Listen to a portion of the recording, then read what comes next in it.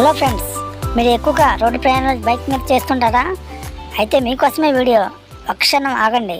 ఎందుకంటే మన ప్రభుత్వం వారు మరియు కేంద్ర ప్రభుత్వం వారు ఈ నెల నుంచి కొత్తగా ఒక అప్డేట్ అనేది తీసుకురావడం జరిగింది. ఆ అప్డేట్ ఏంటో తెలియాలనుకుంటే మన వీడియోని పూర్తిగా చూడండి. అప్పుడే మీకు ఈ కొత్త అప్డేట్ అనేది తెలుస్తుంది. సాధారణంగా మనం బైక్ని రోడ్డు మీదే తీసుకెళ్ళినప్పుడు ఆర్సీ మరియు బండి పత్రాలు మరియు హెల్మెట్ పెట్టుకొని వెళ్తుంటాము. ఇంకా మనకేం కాదని దర్జాగా వెళ్తుంటాము. కానీ మన ప్రభుత్వం వారు కొత్తగా ఒక అప్డేట్ అనేది తీసుకురావడం జరిగింది. ఆ అప్డేట్ ఖచ్చితంగా తెలుసుకొని తర్వాత మీరు బండి రోడ్డు మీదకి తీసుకురండి. లేదంటే కంపల్సరీ జరిమానాతో పాటు మీ యొక్క లైసెన్స్ అనేది తాత్కాలికంగా లేదా పర్మనెంట్గా రద్దు చేయడం జరిగింది.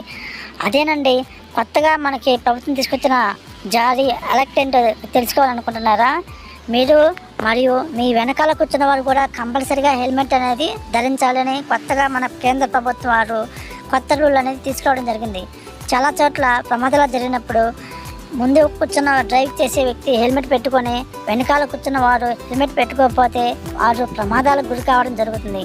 దీన్ని దృష్టిలో పెట్టుకొని మన రవాణా శాఖ వారు ప్రభుత్వం కంపల్సరీగా వాహనం మీద ఎంతమంది ఉంటే ఇద్దరికి కంపల్సరీ హెల్మెట్ పెట్టుకోవాలి.